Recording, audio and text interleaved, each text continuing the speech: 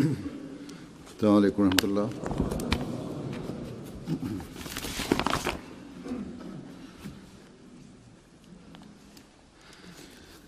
أشهد أن لا إله إلا الله وحده لا شريك له وأشهد أن محمدا عبده ورسوله أما بعد فأعوذ بالله من الشيطان الرجيم بسم الله الرحمن الرحيم الحمد لله رب العالمين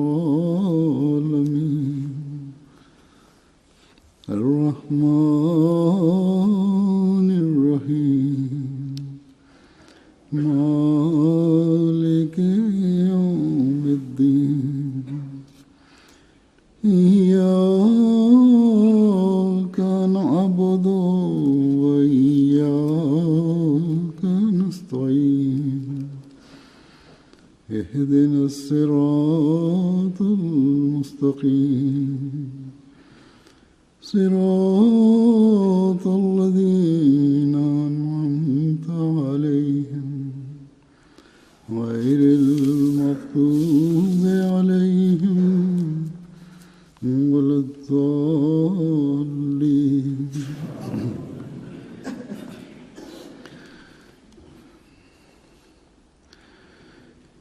ایک سوال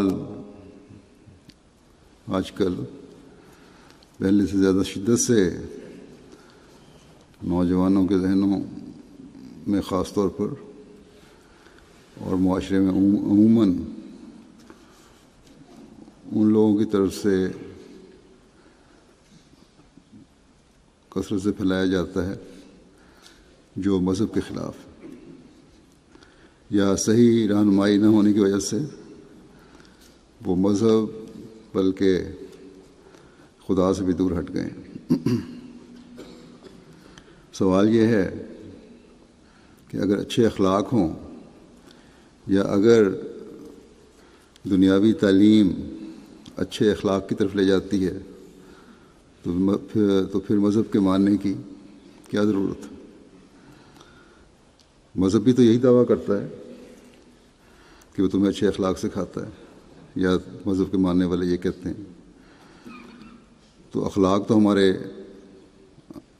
اندر پیدا ہو گئے بغیر مذہب کے، بلکہ یہ بھی کہا جاتا ہے کہ دنیا داروں کی اکثریت کے اخلاق مذہب کے ماننے والوں کے اخلاق سے زیادہ بہتر ہیں،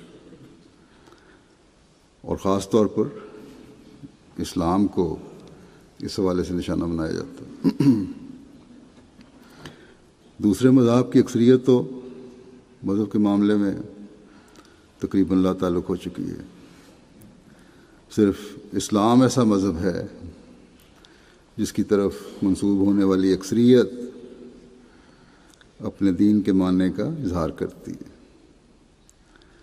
یا بے عمل مسلمانوں کی اکثریت بھی اپنے آپ کو کھل کر مسلمان کہتی ہے، مذہب کی طرف منسوب کرتی ہے۔ اسی لیے اصل حملہ اسلام پر ہی ہے، اور دین سے ہٹانے کی کوشش میں مختلف طریق سے مختلف نکات پیش کر کے ہمارے بچوں اور نوجوانوں کے ذہنوں کو زہر آلود کرنے کی کوشش کی جاتی ہے۔ خاص طور پر مغربی ممالک میں جو طرز تعلیم ہے، اس میں جستجو کی طرف، تحقیق کی طرف زیادہ توجہ دلائی جاتی ہے۔ یہ بڑی اچھی بات ہے، اس طرف توجہ ہونی چاہیے، لیکن اس کے صحیح طریق بھی ہونے چاہیے۔ تو بہرحال جب نوجوان یا نوجوانی میں قدم رکھنے والے لڑکے لڑکیاں اپنے گھر والوں میں، اپنے ماں باپ اور بڑوں کی طرف اس سوال اور ذہنوں میں پیدا کیے گئے اور پیدا ہونے والے مختلف سوالوں کے حل کی تلاش کے لیے جاتے ہیں، تو یا تو ماں باپ کے پاس اپنے معاشی اور معاشرتی ضروریات اور مصروفیات کی وجہ سے جواب دینے کا وقت نہیں ہوتا، یا علم نہیں ہوتا، اور اس وجہ سے ان کے سوالوں کا جواب دینے کے بجائے انہیں بسا اوقات دبانے کی کوشش کی جاتی ہے، جس سے نوجوانی میں قدم رکھنے والے بچے بھی سمجھتے ہیں کہ مذہب چاہے وہ اسلام ہی کیوں نہ ہو، اس کا دعویٰ تو ہے کہ سچا ہے اور تمام مسائل کا حل ہے، لیکن زمانے کے لحاظ سے عملی حل نہیں ہے یا جواب نہیں ہے، یا پھر یہ بھی یوں بھی ہوتا ہے کہ بڑوں کے عمل اور بچوں کو جو تعلیم دی جاتی ہے اس میں تفاوت ہوتا ہے۔ بچے ایک وقت تک تو تعلیم کی باتیں سن کر چپ رہتے ہیں، لیکن جب آزادی ملتی ہے تو دین سے دور ہٹ جاتے ہیں اور پھر مذہب سے دور لے جانے والوں کے قبضے میں چلے جاتے ہیں۔ یہی وجہ ہے کہ باوجود اسلام کی خوبصورت تعلیم اور زندہ مذہب ہونے کے، اب مسلمانوں میں بھی ایسے لوگ نظر آتے ہیں جو مذہب اور خدا کے انکاری ہیں۔ بس ایسے حالات میں ہم میں سے ہر ایک کو اس طرح توجہ دینے کی ضرورت ہے کہ کس طرح اپنے آپ کو بھی ہم دین پر عمل کرنے والا بنائیں اور اپنی نسلوں کو بھی کس طرح ہم سنبھالیں۔ اس میں کوئی شک نہیں کہ اسلام ایک کامل مذہب ہے اور اس نے مختلف مسائل کے حل بتائے ہیں۔ قرآن کریم ایک مکمل اور کامل کتاب ہے، اور حضرت صلی اللہ علیہ وسلم اس کا کامل اسوہ ہمارے سامنے پیش فرماتے ہیں، اور اس اسوے نے صحابہ رضوان اللہ علیہم میں ایک انقلابی تبدیلی پیدا کی۔ انہوں نے مذہب کو بھی سمجھا اور اخلاق کو بھی سمجھا، بلکہ مادی ترقی بھی حاصل کی، لیکن ہر چیز کو اپنی جگہ رکھنے کا ادراک بھی حاصل کیا کہ مذہب کہاں رکھنا ہے، اخلاق کہاں ہے، مادی ترقی کیا ہے۔ بس ہمارے نوجوانی میں قدم رکھنے والے بچوں، بلکہ خاص طور پر بڑوں کو یاد رکھنا چاہیے، کیونکہ اگلی نسلوں کو سنبھالنے کی ذمہ داری بڑوں کی ہے، کہ ہم اخلاق کی درستی، مادی ترقی اور مذہب کے تعلق کو سمجھنے کی کوشش کریں اور پھر اپنی زندگیوں کو اس کے مطابق ڈھالیں۔ بڑے اس نقطے کو سمجھیں گے تو اگلی نسلوں کو بھی سنبھال سکیں گے، نوجوان اس نقطے کو سمجھیں گے تو دینی اور دنیاوی ترقی کی راہیں ان پر کھلیں گی، اور ان کو پتہ لگے گا کہ اسلام کی تعلیم کتنی خوبصورت تعلیم ہے اور اس کے خلاف بولنے والے جھوٹے ہیں۔ یہ مسئلہ جو آج زیادہ شدت سے لا مذہبوں یا مذہب مخالف لوگوں کی طرف سے اٹھایا جاتا ہے، یہ کوئی نئی بات نہیں ہے، پہلے بھی وقتاً فوقتاً اس طرح کے سوال اٹھتے رہے ہیں۔ ہمیشہ سے مذہب پر اعتراض کرنے والے اس مسئلے کو اور اسی طرح کی دوسری باتوں کو اٹھاتے رہے ہیں جن سے مذہب پر اعتراض ثابت ہو، کیونکہ مذہب کو انہوں نے کبھی بھی صحیح رنگ میں سمجھنے کی کوشش نہیں کی، اور نام نہاد مذہبی علماء نے خود ساختہ غلط حل نکال کر یا صحیح رنگ میں مذہب میں اس مذہب کو نہ سمجھ کر تعلیم یافتہ طبقے کو مزید الجھن میں ڈال دیا۔ اس زمانے میں اللہ تعالیٰ نے ہم پر یہ احسان کیا ہے کہ ان مسائل کی الجھنوں کو دور کرنے کے لیے حضرت مسیح موعود علیہ السلام کو بھیجا۔ آپ علیہ السلام نے ان کو سمجھنے کا ادراک ہمیں پیدا فرمایا، اور یہ مسائل سمجھنے اور ان کے حل نکالنے ہم پر آسان ہوئے۔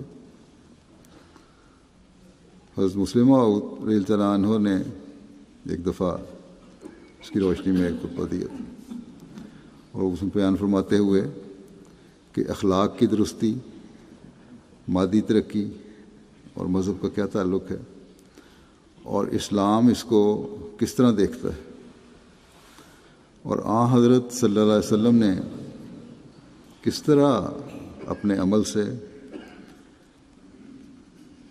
اور اپنی عملی نمونے سے ہمیں سمجھایا کہ اس کی حقیقت کیا ہے۔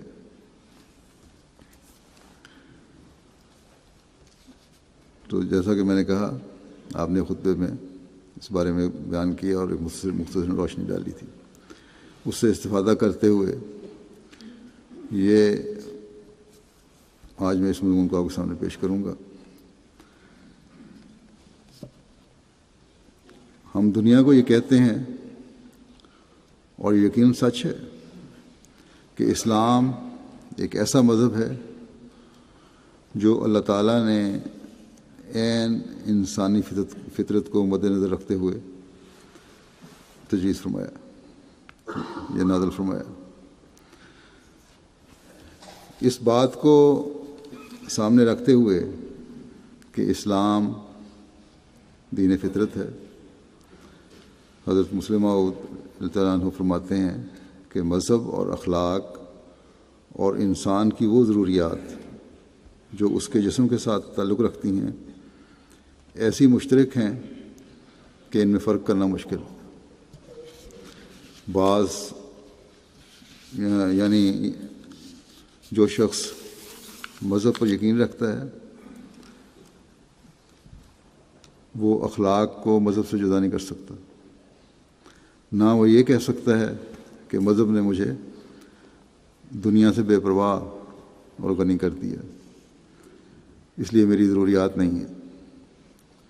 اگر یہ سوچ ہو کہ مجھے اب کسی چیز کی ضرورت نہیں ہے تو انسانی ترقی یعنی مادی ترقی کا پہیہ رک جاتا ہے۔ گویا کہ یہ آپس میں ملی ہوئی ہیں ساری چیزیں، مذہب بھی، اخلاق بھی اور مادی ترقی بھی، لیکن اس کے باوجود ان میں فرق بھی ہے۔ مذہب پر یقین نہ رکھنے والے تو یہ کہہ کر آزاد ہونے کی کوشش کرتے ہیں کہ اچھے اخلاق اور مادی ترقی انسان کی ضرورت ہے، لیکن ایک حقیقی مسلمان کہے گا کہ مذہب کی بھی ضرورت ہے، کہ وہ خدا تک پہنچانے کا راستہ دکھاتا ہے۔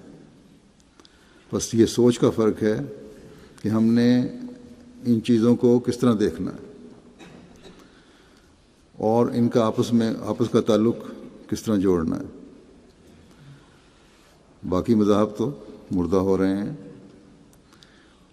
اسلام ہی ایک ایسا مذہب ہے جو ان کا آپس کا جوڑ ثابت کرتا ہے، لیکن مسلمانوں کی اکثریت نے مذہب کی حقیقت کو نہ سمجھتے ہوئے غلط رنگ میں اخلاقیات سے تعلق رکھنے والی چیزوں اور مادیات سے تعلق رکھنے والی چیزوں کو مذہب سے اس طرح جوڑا ہے کہ غلف کی حد تک جا کر بجائے مذہب کو خوبصورت بنا کر پیش کرنے اور اس کی طرف کھینچنے کے مذاہب سے دور کرنے والے بن رہے ہیں۔ نماز روزے سے اتر کر اخلاق اور دنیاوی ضروریات، خواہ کسی انجمن کا قیام ہو یا جلسے کا انعقاد، یہ عموم العلماء یہ کہتے ہیں کہ ہمارے نزدیک یہ اسلام کا حصہ ہیں، اور اس میں شامل نہ ہونے والا کافر اور مرتد ہے۔ اب ہم یہی اسلامی دنیا میں دیکھتے ہیں۔ یہ اب جب اس کے پھیلاؤ ہوتا ہے پھر اس کا، تو ہر ایک چیز کو اپنے گھیرے میں لے لیتا ہے۔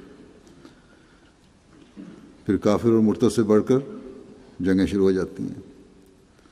ہر فرقے کے فتوے ہیں، اور پھر یہی وجہ ہے کہ مختلف شدت پسند گروہ اپنے اسلام کو نافذ کرنے کے لیے اپنا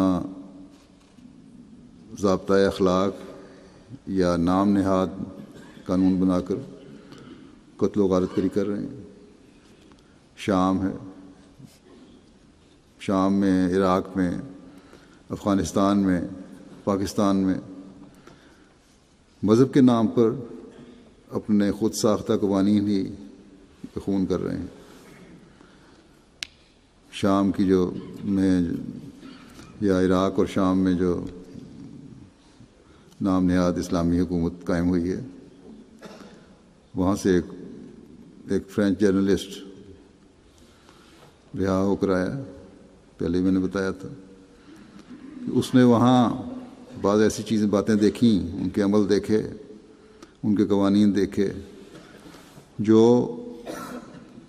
جتنا اس کو اسلام کا علم تھا یا قرآن کریم اس نے پڑھا تھا یا حدیث کا علم تھا، اس کے مطابق اس نے وہاں بعض لوگوں سے پوچھا کہ یہ تو قرآن اور حدیث کے مطابق نہیں جو تم کر رہے ہو بعض حرکتیں۔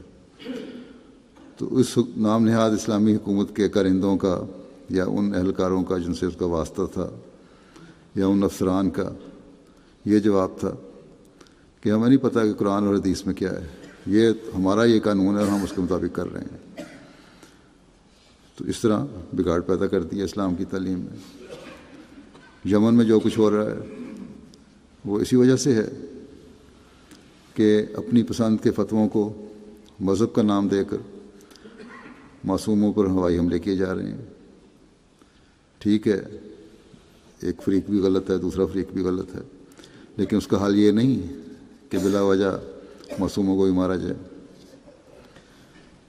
بلکہ اگر ہم دیکھیں تو ہمیں نظر آتا ہے کہ صرف اب تو ہر جو عالم ہے یہ بھی دیکھنے میں آتا ہے اسلامی تاریخ میں، اور آج تک یہی ہو رہا ہے کہ فلاں مولانا کا یہ مذہب ہے اور فلاں عالم کا یہ مذہب ہے، یعنی ہر عالم اور مولانا نے بھی اپنا مذہب بنا لیا۔ اس طرح اسلام میں، یعنی حقیقی اسلام میں، ان لوگوں کے اسلام میں جس پر یہ عمل کر رہے ہیں، کوئی حقیقت باقی نہیں رہی۔ اور اسی وجہ سے ان علماء اور فتویٰ دینے والوں کے پیچھے چل کر اکثریت مسلمانوں کی بھی اسلام سے دور جا پڑی ہے۔ روحانیت اور مذہب کے نام پر پتہ نہیں کیا کچھ ہو رہا ہے۔ اس کے مقابل پر مذہب سے دور اور مغربی ترقی یافتہ لوگ جو ہیں وہ یہ کوشش کرتے ہیں کہ روحانیات اور اخلاقیات کو مادی دنیا کا حصہ بنا دیں۔ اگر الہام پر غور کر بھی لیں بالفرض، تو یہ کہتے ہیں کہ یہ انسانی افعال کا جزو ہے۔ وہ اخلاق پر غور کریں گے تو اس نقطۂ نگاہ سے کہ اس سے انسان کو دنیاوی فائدہ ہوتا ہے، اخلاق بھی دنیاوی فائدے کے لیے ہیں۔ اور اگر مذہب پر غور کریں گے تو یہی کہیں گے کہ ادنا قسم کے لوگ، غیر تعلیم یافتہ یا کم تعلیم یافتہ، یہ لوگ جو ہیں مذہب کے نام سے جرائم سے بچ جاتے ہیں کچھ حد تک، یعنی مذہب کے نام پر ان کا اگر کوئی فائدہ ان لوگوں کو پہنچ سکتا ہے تو وہ صرف اتنا ہے کہ کچھ حد تک اخلاقی بہتری اس میں ہو جاتی ہے کہ مذہب کا خوف ہے ان کو، اگر صحیح مذہب اپنایا جائے۔ لیکن جن میں پہلے ہی اخلاق ہیں، ان کا یہ کہنا ہے کہ جن میں پہلے ہی اخلاق ہیں ان کو کیا ضرورت ہے مذہب کی؟ لیکن غور کرنے سے معلوم ہوگا کہ مادیات، اخلاق اور مذہب اس قدر قریب ہیں کہ عام آدمی کو معلوم نہیں ہوتا کہ کہاں سے ایک حد شروع ہوتی ہے اور کہاں ختم ہوتی ہے۔ اس کو سمجھنے کے لیے ہم حضرت صلی اللہ علیہ وسلم کی حیات طیبہ پر غور کرتے ہیں، اس کو دیکھتے ہیں۔ آپ صلی اللہ علیہ وسلم دنیا کے مادی مسئلے بھی ہیں، اخلاقی مسئلے بھی ہیں اور روحانی مسئلے بھی ہیں۔ آپ صلی اللہ علیہ وسلم کی حیات طیبہ تمام کی جامع ہے۔ اگر ایک طرف آپ حکم فرماتے ہیں کہ الدعاء مخ العبادہ، تو دوسری طرف روحانیت کی تکمیل کے متعلق زور بھی دیتے ہیں۔ صرف یہی نہیں کہ نماز پڑھ لی اور مسئلہ حل ہو گیا، بلکہ اس کے مدارج بھی طے کرنے، روحانیت کو بڑھانا بھی ہے۔ دعا کا تعلق اللہ تعالیٰ اور بندے کے درمیان ایسا ہے جیسے بچے اور ماں کا تعلق ہوتا ہے۔ دعا کے معنی پکارنے کے ہیں۔ پکارنے والا تب پکارتا ہے جب یقین ہو کہ کوئی میری مدد کرے گا۔ کوئی اپنے دشمن کو تو مدد کے لیے نہیں پکارتا۔ جب ہم دعا کرتے ہیں یا کرنا چاہتے ہیں تو کس طرح اس کو ہمیں دیکھنا چاہیے؟ دعا میں حضرت مسلم موعود کے نزدیک 3 چیزوں کا پایا جانا ضروری ہے۔ اول یہ کہ دل میں یقین کرے کہ میری بات قبول کی جائے گی۔ دوسرے یہ اعتماد رکھے کہ جس کو میں پکارتا ہوں اس میں مدد کرنے کی طاقت ہے۔ تیسرے ایک فطری لگاؤ ہے جو انسان کو باقی ہر قسم کے لگاؤ سے پھیر کر اسی کی طرف لے جاتا ہے، یعنی اللہ تعالیٰ کی طرف سے یا جس سے محبت ہو اس کی طرف۔ پہلے 2 تو عقلی نکتے ہیں، کیونکہ اگر یقین نہیں کہ جو پکار میں کر رہا ہوں وہ سنی جائے گی، اور یہ اعتماد نہیں کہ جس کو میں پکار رہا ہوں اس میں مدد کی طاقت ہے، تو پھر یہ بیوقوفی ہے کہ اسے مدد کے لیے پکارا جائے، پھر دعا فضول چیز ہے۔ تیسری بات فطری لگاؤ یا فطرتی محبت ہے، جو ہر دوسری چیز کی طرف سے آنکھ بند کر کے صرف محبوب کی طرف لے جاتی ہے۔ اس کے لیے بچے کی اور ماں کی مثال ہے، جیسے پہلے بھی دی گئی۔ بچے کا ماں سے فطرتی تعلق ہے، قطع نظر اس کے کہ ماں بچے کی مدد کر سکے یا نہ کر سکے، وہ اسے ہی پکارتا ہے۔ یہاں تک کہ ایک سمندر میں ڈوبنے والا بچہ جسے علم ہو کہ میری ماں کو تیرنا نہیں آتا، پھر بھی اگر ماں اس سے قریب ہوگی تو ماں کو ہی مدد کے لیے پکارے گا، کسی دوسرے کو آواز نہیں دیتا۔ یہ ایک جذباتی تعلق ہے جس کے متعلق حضرت صلی اللہ علیہ وسلم نے فرمایا الدعاء مخ العبادہ، یعنی بغیر دعا کے انسان کے ایمان کو کامل نہیں کیا جا سکتا۔ بس حضرت صلی اللہ علیہ وسلم نے بندے اور اللہ تعالیٰ کے درمیان تعلق کو بچے اور ماں کا تعلق قرار دیا ہے کہ آنکھ بند کر کے اس کی طرف بھاگو، اس کی طرف جاؤ۔ پھر دوسری چیز اخلاق ہیں. اس میں ہم دیکھتے ہیں کہ حضرت صلی اللہ علیہ وسلم کی زندگی میں ایسے باریک تر باریک اخلاقی پہلو ہیں کہ باریک نگاہ سے دیکھنے والا بھی نہیں دیکھ سکتا، ان تک نہیں جا سکتا جب تک آپ کی رہنمائی نہ ہو. اب بیویوں سے حسن سلوک ہے اور محبت کا اظہار ہے. گھر کے ماحول کو خوشگوار رکھنے کے لیے یہ بہت ضروری بھی ہے. یہ بنیادی اخلاق میں سے چیز ہے ایک. بیویوں کے معاملے میں آپ صلی اللہ علیہ وسلم کس حد تک باریکی سے خیال رکھتے تھے. آپ کو متعلق آتا ہے کہ جب کوئی آپ کی بیوی برتن میں پانی پیتی تو آپ نے جب پانی پینا ہوتا تو آپ اس جگہ منہ لگا کر پیتے جہاں سے اس نے پیا تھا. یہ بڑی چھوٹی سی بات ہے مگر کیسا باریک نقطہ ہے کہ انسانی محبت صرف بڑی بڑی باتوں سے نہیں بلکہ چھوٹی چھوٹی باتوں سے ظاہر ہوتی ہے. پھر یہی نہیں، آپ کی سیرت کا مطالعہ کریں تو پتہ چلتا ہے کہ اخلاق کے بڑے بڑے معاملات میں بھی آپ نے ایسی تعلیم دی ہے اور ایسا اسوہ دکھایا ہے کہ دیکھنے سے لگتا ہے کہ آپ تمام عمر صرف اخلاقیات کا ہی مطالعہ کرتے رہے اور اس کو درس دیتے رہے. بنی نوع انسان کے باہمی تعلقات، رشتہ داروں کے باہمی تعلقات، انسان کے اپنے ذاتی کریکٹر کی تفصیلات، جھوٹ، خیانت، بدگمانی سے پرہیز، تمام امور ایسے ہیں جن میں آپ کا اسوہ اور تعلیم کامل اور مکمل ہے. اور کوئی شخص 20 زندگیاں بھی پا کر ایسا نمونہ نہیں دکھا سکتا جیسا وسلم نے ہمیں دکھایا.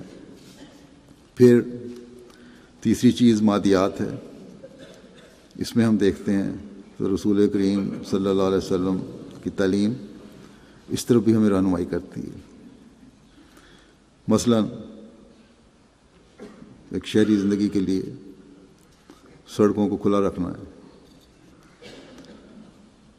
پانی کی صفائی کا انتظام ہے. شہر بسائے جاتے ہیں یا آبادیاں نئی قائم کی جاتی ہیں تو ان کی طرف بڑے بڑے انجینئر اور سوچنے والے سوچتے ہیں، اس طرف توجہ دیتے ہیں. آپ نے اس طرف ہمیں توجہ دلائی. راستوں کی صفائی کا تعلق ہے، آپ نے اس طرف توجہ دلائی. مکانوں کو کھلے اور ہوادار بنانے کا تعلق ہے، آپ نے اس طرف توجہ دلائی. تمام مادی چیزوں اور دنیاوی چیزوں کی طرف بھی آپ نے توجہ دلائی، چاہے وہ حکومتی معاملات ہیں یا تمدن ہے یا تجارت ہے یا صنعت ہے. ہر چیز کو اپنے اپنے موقع پر آپ نے بیان فرمایا اور اس کی بڑی تفصیلات آپ کی سیرت سے میں ملتی ہیں. لیکن اس کے باوجود آج کل کے مذہبی رہنماؤں کی طرح ہر چیز کو آپ نے مذہب کا حصہ قرار نہیں دیا. مثلا ایک واقعہ آپ کے متعلق آتا ہے کہ کچھ ذمہ دار اپنے کھجور کے باغ میں نر کا کھجور کے پودے نر اور مادہ علیحدہ علیحدہ ہوتے ہیں. نر کا مادہ جو ہے انگور جو ہے وہ مادہ میں ڈال رہے تھے. آپ کا وہاں سے گزرے ہوا، آپ نے فرمایا کہ کیا حرج ہے اگر اس کو اس طرح نہ ملاؤ، خود بھی ہوا کے ذریعے سے یہ مل سکتا ہے نر اور مادہ. لوگوں نے اسے ملانا چھوڑ دیا. اس سال یا اگلے سال اس پر نہیں عمل ہوا تو پھل بہت کم آیا. آپ صلی اللہ علیہ وسلم نے وجہ پوچھی تو لوگوں نے کہا یا رسول اللہ آپ نے منع فرمایا تھا. آپ نے فرمایا میں نے حکم نہیں دیا تھا. ان دنیاوی باتوں کو آپ لوگ مجھ سے زیادہ بہتر جانتے ہیں. حضرت مسلم فرماتے ہیں کہ یہاں اب گویا رسول اللہ صلی اللہ علیہ وسلم نے مادیات کو مذہب سے جدا کر دیا. وہ زبان بھی خدا کے رسول کی زبان تھی جس نے یہ کہا تھا کیا ضرورت ہے ملانے کی، اور وہی زبان اللہ تعالیٰ کے احکامات بھی بتاتی تھی ہمیں. مگر باوجود اس کے کہ وہ خدا کے رسول کی زبان تھی، آپ نے مادیات کو مادیات قرار دے کر فرمایا کہ تم ان باتوں کو زیادہ جانتے ہو. مگر آج کل کے مولوی خواہ ان کے منہ سے انہونی بات ہی نکلے، اس کے نام ماننے سے اسلام کے دائرے سے خارج اور کافر اور مرتد کا سوال پیدا ہو جاتا ہے. دوسری طرف یہ مغربی یا نام نہاد ترقی یافتہ گروہ ہے. ان کے نزدیک نہ مذہب پر ایمان لانا ضروری ہے، نہ مذہب کی تعلیم کی عزت، نہ اخلاق کی حرمت ہے. وہ ہر شے کو مادی قرار دیتے ہیں. یہاں تک کہ حضرت مسلم موعود لکھتے ہیں کہ ان کے فلاسفروں نے اس زمانے میں کہا کہ سوال یہ نہیں کہ خدا نے دنیا کو کس طرح پیدا کیا، بلکہ یہ ہے کہ انسان نے خدا کو کس طرح پیدا کیا. نعوذ باللہ. ان کے نزدیک خدا کا سوال انسانی ارتقاء کا نتیجہ ہے. اگر خدا کا وجود ایک حقیقت بھی ہے تو پھر بھی وہ دماغی ترقی کی انتہائی کڑی ہے اور کچھ نہیں اس کے علاوہ. ان کے نزدیک انسان نے ایک اچھا نمونہ تلاش کرنا چاہا. جب وہ انسانوں میں ایک عمدہ نمونہ تلاش نہ کر سکے تو انہوں نے انسانوں سے باہر ایک ذہنی نقشہ قائم کیا، تصورات میں ایک نقشہ قائم کیا. پہلی کوشش انسان کی ایسی کامیاب نہ تھی اس نقشے کو قائم کرنے میں، مگر جوں جوں وہ زیادہ غور کرتا گیا، زیادہ ترقی کرتا گیا، یہاں تک کہ اس نے ایک کامل نقشہ تیار کر لیا اور اس کا نام خدا ہے. یہ مسلمان فلاسفروں کے نزدیک، اور اب بھی بعض کہتے ہیں یہ خدا کا تصور ہے. حضرت مسلم موعود فرماتے ہیں کہ اس طرح ان لوگوں نے خدا کو بھی مادیات کا حصہ قرار دے دیا. اس زمانے کے فلاسفروں نے یہ خود ساختہ خدا بنایا تھا، اور بہت سے ان میں سے ایسے بھی تھے جو اس خود ساختہ خدا پر یقین بھی رکھتے تھے. لیکن پھر بعد کے آنے والے جو فلاسفر ہیں یا ترقی یافتہ کہلانے والے ہیں، اس طرح کے مادی خدا بنانے کی وجہ سے آہستہ آہستہ پھر مذہب سے دور ہٹتے گئے. اور آج کل اسی خیال کی وجہ سے خدا، یہ اس خیال کی وجہ سے کہ خدا ایک خود ساختہ چیز ہے، موجودہ فلاسفر دیریت کی طرف چلے گئے ہیں. بلکہ تعلیم اور روشن خیالی کے نام پر مغربی ممالک میں رہنے والوں کی اکثریت خدا کے وجود سے انکاری ہو چکی ہے، اور صرف اخلاق اور مادی ترقی کو سب کچھ سمجھتے ہیں. اور ان دیریت پسند لوگوں کے جو نظریات ہیں، ان کو آج کل کے مولوی مزید ہوا دیتے ہیں. جو اپنی ہر چیز اور اپنے ہر نظریے کو مذہب کا حصہ ٹھہرا کر عجیب جہالت پھیلا دی ہے انہوں نے. بس اس لحاظ سے ہم دیکھیں تو آج کل کے علماء بھی غلطی خوردہ ہیں، اور مذہب کو مادیت سمجھنے والے اور اس کا انکار کرنے والے بھی غلطی خوردہ ہیں. ہم احمدی خوش قسمت ہیں کہ ہمیں حضرت مسیح موعود علیہ الصلوۃ والسلام نے ان چیزوں سے بچا کر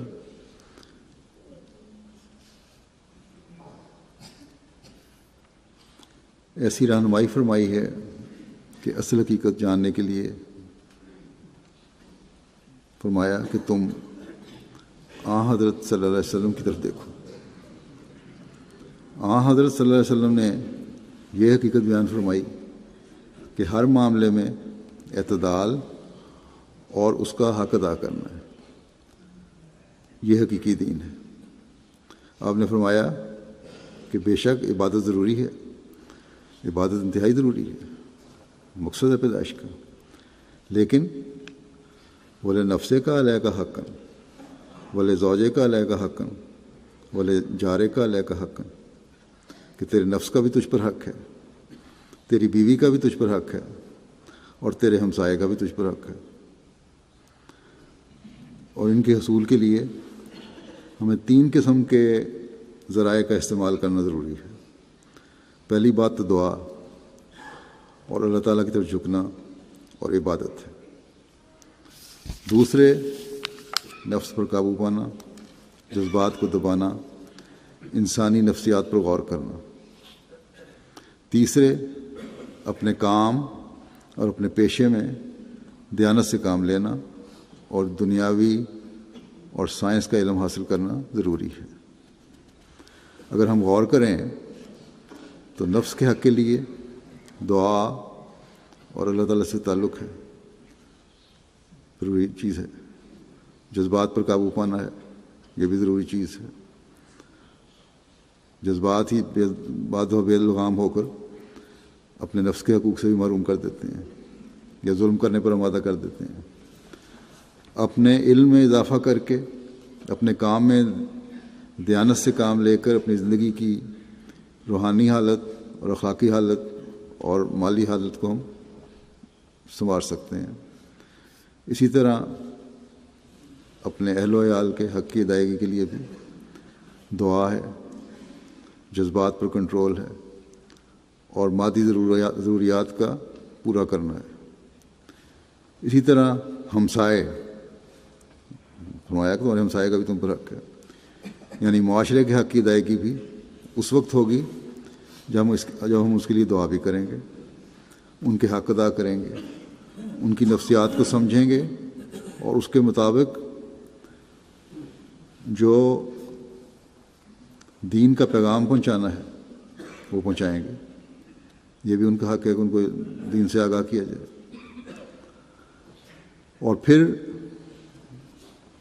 اپنے علم میں ترقی اور کام میں محنت سے مجموعی طور پر ملک کی ترقی میں بھی ہم حصہ دار بنیں گے۔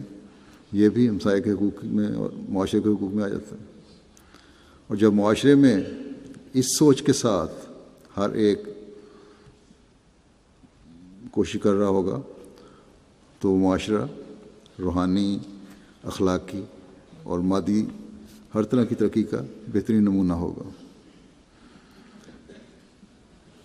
مسلمانوں کی بدحالی کی وجہ یہ ہے کہ انہوں نے خدا کے مذہب کو مقدم کر کے ان باتوں کا خیال نہیں رکھا جو ابھی میں بیان کی ہیں، بلکہ اپنے نفسانی جذبات کا نام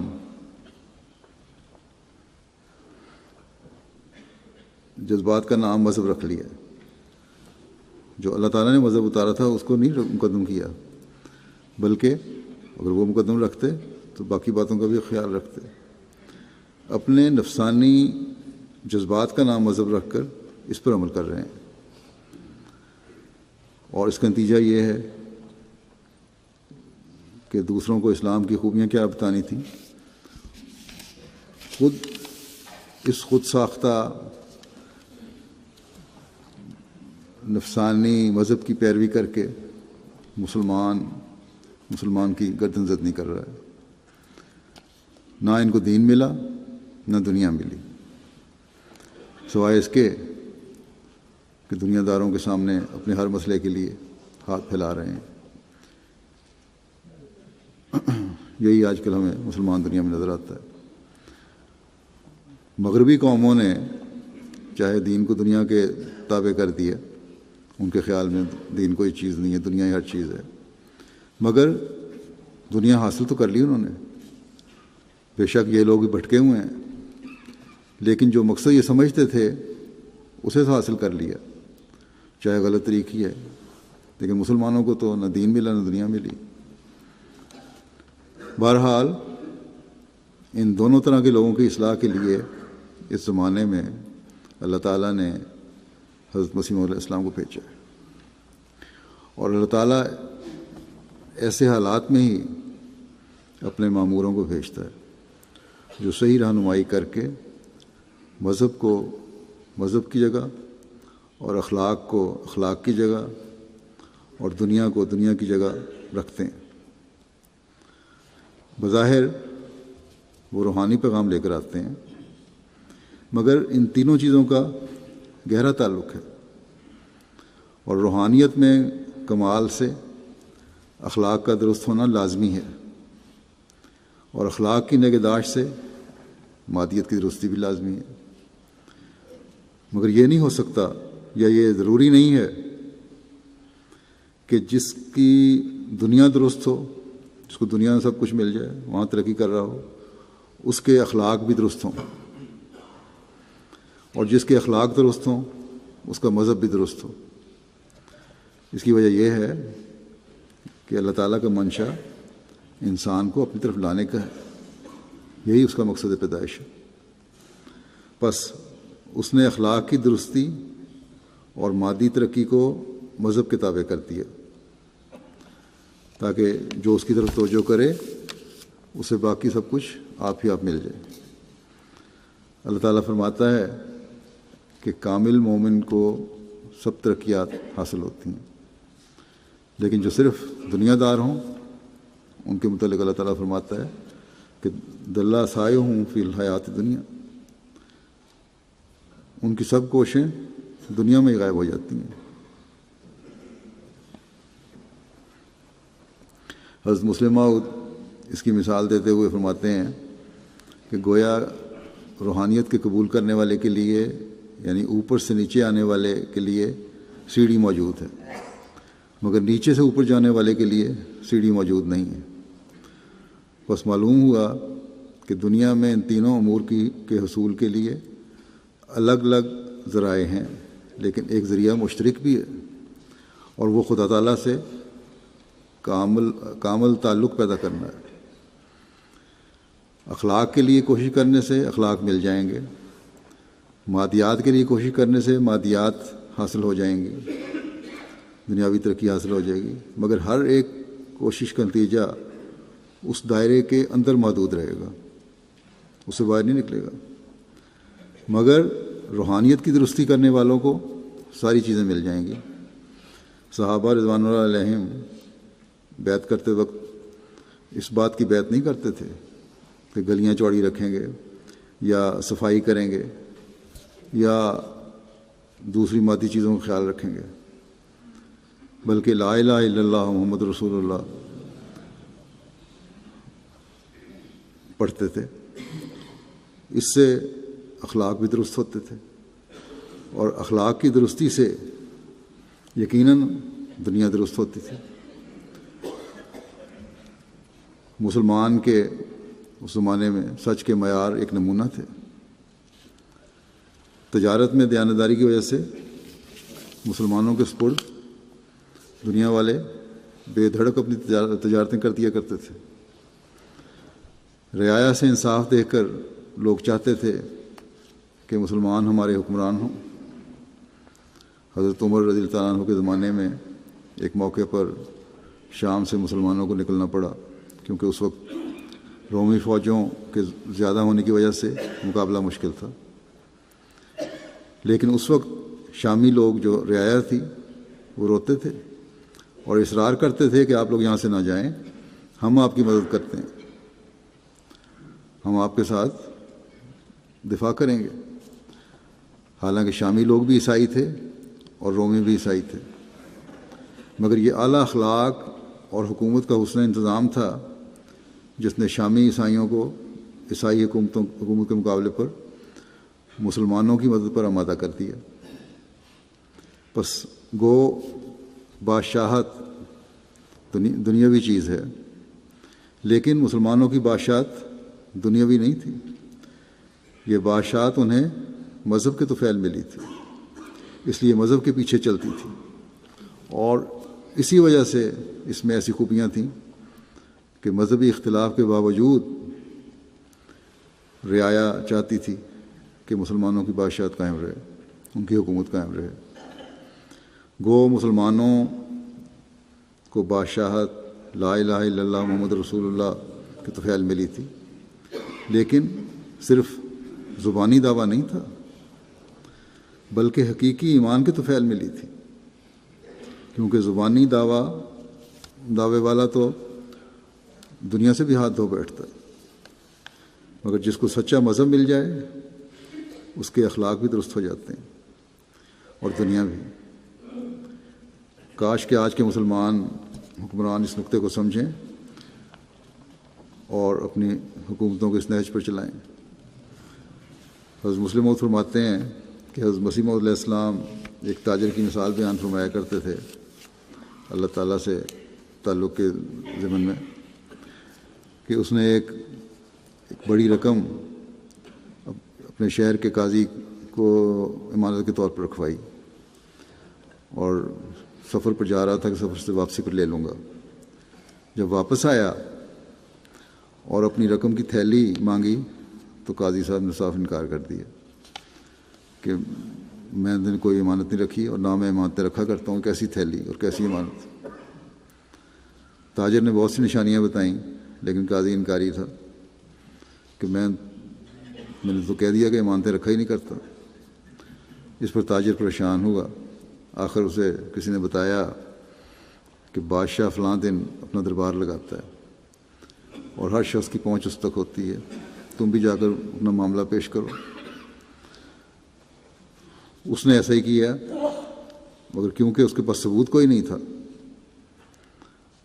اس لیے بادشاہ نے کہا کہ بغیر ثبوت کے تو قاضی کو پکڑا نہیں جا سکتا۔ ہاں، بادشاہ نے خود ہی ایک صورت بتائی کہ فلاں دن میری سواری اور جلوس نکلے گا، شہر میں جائے گا، تم اس دن قاضی کے قریب کھڑے ہو جانا، کیونکہ یہ بڑے بڑے لوگ استقبال کے لیے موجود ہوتے ہیں سڑک پہ۔ میں جب آؤں گا تو تم سے بے تکلفی سے باتیں کروں گا، تم بھی ایسے ظاہر کرنا جیسے میرے دوست ہو، ڈرنا نہیں کہ بادشاہ ہوں کچھ ہو جائے گا۔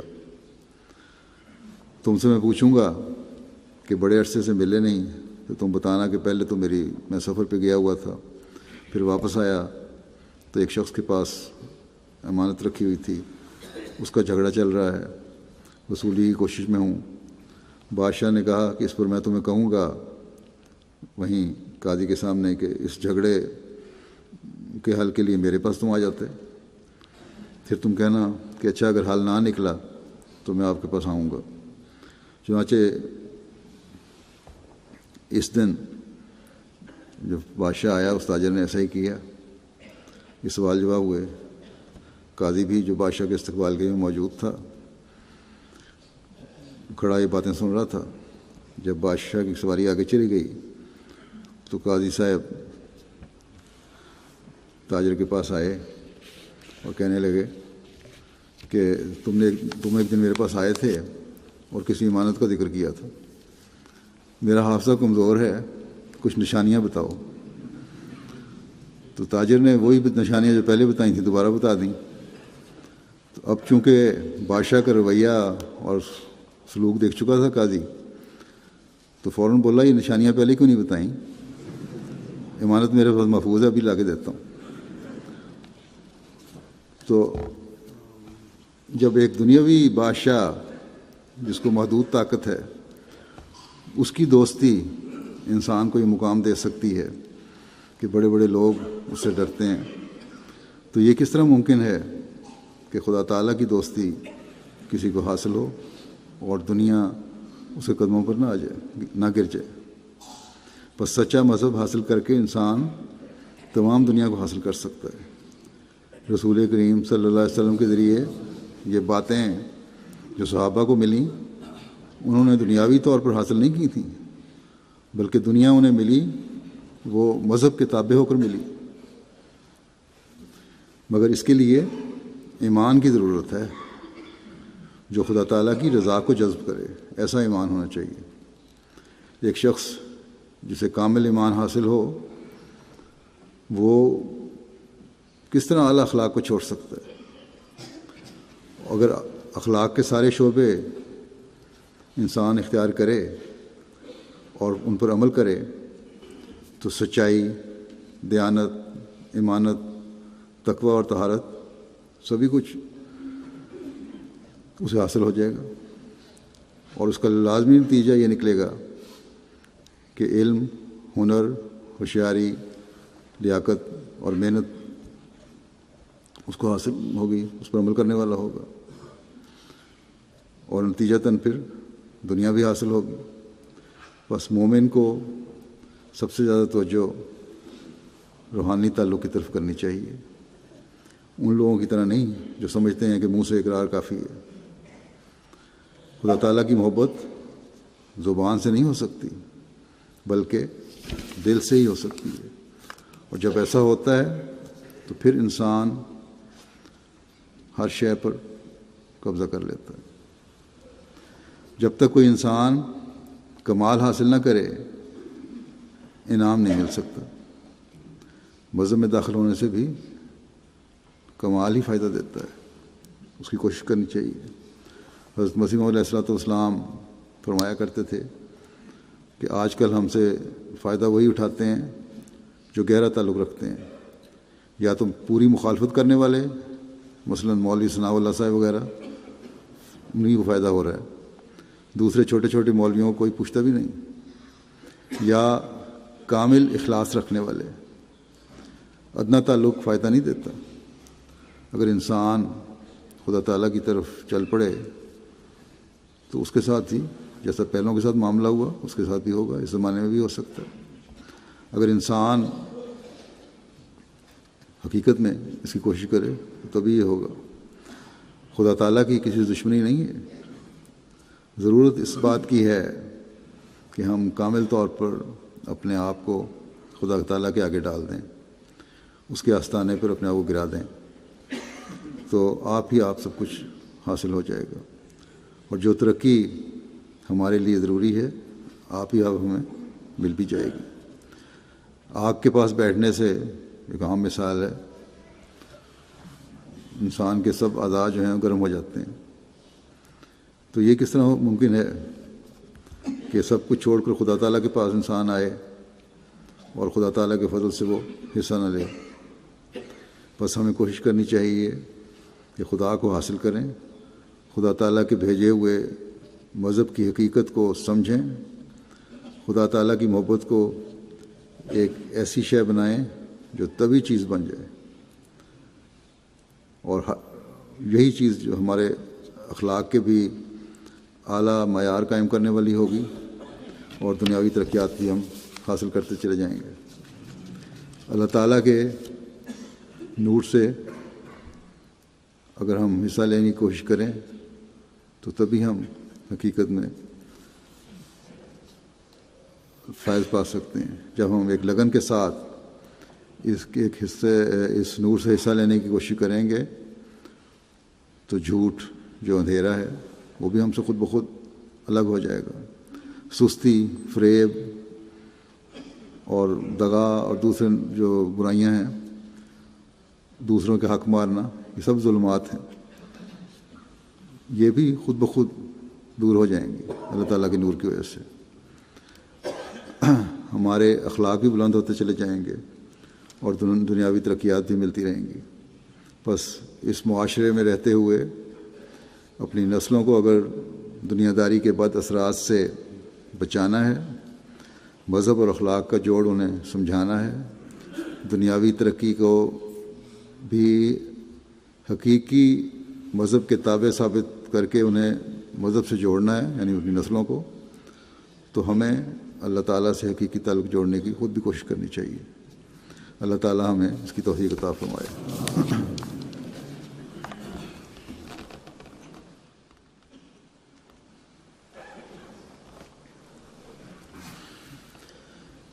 الحمد لله نحمده ونستعينه ونستغفره ونؤمن به ونتوكل عليه ونعوذ بالله من شرور أنفسنا ومن سيئات أعمالنا